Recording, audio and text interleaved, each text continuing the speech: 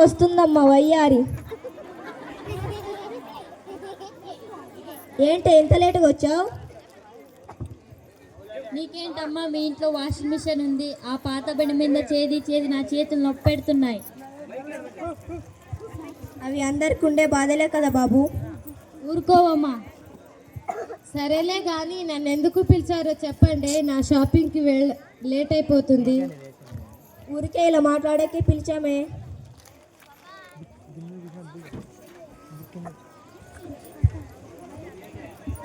అమ్మా ప్రభుని నమ్ముకోండం. పక్కకెళ్ళు.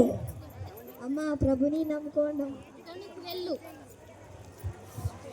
ఏ అమ్మా ఇలారా. ఏంటమ్మా మీరు యేసుక్రీస్తుని నమ్ముకుంటారమ్మా? ఏంటే ఇది తీసుకున్నావు? తీసి చెత్త కుప్పలో పడేయక. ఆగే చెబుతాను. ఇప్పుడు నేను ఎలాగూ షాపింగ్కి వెళ్తానుగా, ఆ తరువాత ఎలాగూ డిన్నర్ చేస్తానుగా, అప్పుడు చేతులు తుడుచుకోవడానికి పనికి వస్తుంది. అబ్బా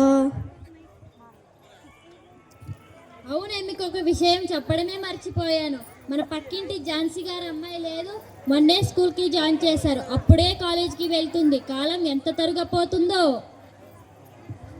అవునా? అవునే, రోజు రోజుకి మనం ముసలివాళ్ళం అయిపోతున్నాం అన్నమాట. అవునే, నా గ్లామర్ కూడా పోతుందే. అంటే మనం నిమిషానికి చావుకి దగ్గర అవుతున్నాం అన్నమాట. నేను సంపాదించిన ఆస్తి, నా గ్లామర్ నాతో రాదా? నువ్వే లేకున్నప్పుడు నీ ఆస్తిని గ్లామర్ ఎక్కడమ్మా? ఏ చేసి వచ్చి కూర్చో. మూడఫే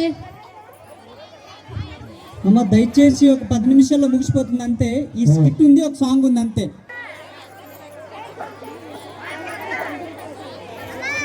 ఏంటి నిమిషానికి నేను చావుకు దగ్గర అవుతున్నానా? నేను సంపాదించిన ఆస్తి నాతో రాదా? అసలు నాకేమీ అర్థం కావట్లేదు.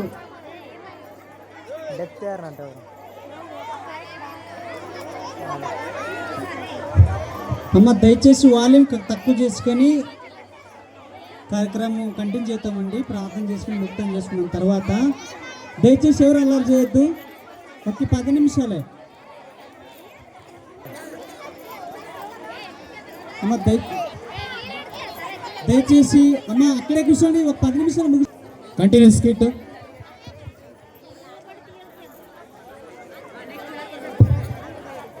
జెస్సీ కళలో నీ ఆష్కాలము ఎంత కొద్దిదో నీకు తెలుసా? ఆవిరి వలె మాయమైపోతావు. తరములు వెంబడి తరములు గతించిపోవచ్చున్నవి. అయ్యో, నీ జీవితం ఎంత అల్పమైనది. సమయము పోటు వలె గతించిపోవచ్చున్నది. ఏంటి నేను సంపాదించిన ఆస్తి నాకు రాదా? ఏంటి నేను సంపాదించిన ఆస్తి నాతో రాదా? నేను ఆవిరి వలె గతించిపోతున్నానా? అసలు నాకేమీ అర్థం కావట్లేదు. నాకెవరు సహాయం చేస్తారు?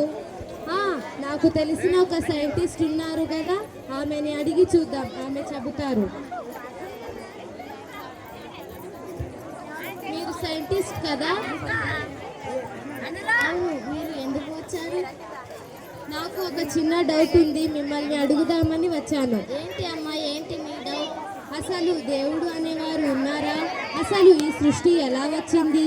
ఈ డౌట్ మీకు ఎందుకు వచ్చిందో తెలియదు, కానీ ఈ ఒక్కటి మాత్రం నిజం. ఈ సృష్టిని చూడు, సూర్యుడు, చంద్రుడు, నక్షత్రాలు వాటి స్థానంలో అవి ఉంటూ వాటి పని అవి చేసుకుంటూ ఉన్నాయి. అలాగే సముద్రం లోతు, చెట్టు పెరిగే విధానం చూస్తూ ఉంటే ఈ సృష్టి అంతటి వెనకాల ఒక సృష్టికర్త ఉన్నాడని అర్థమవుతుంది.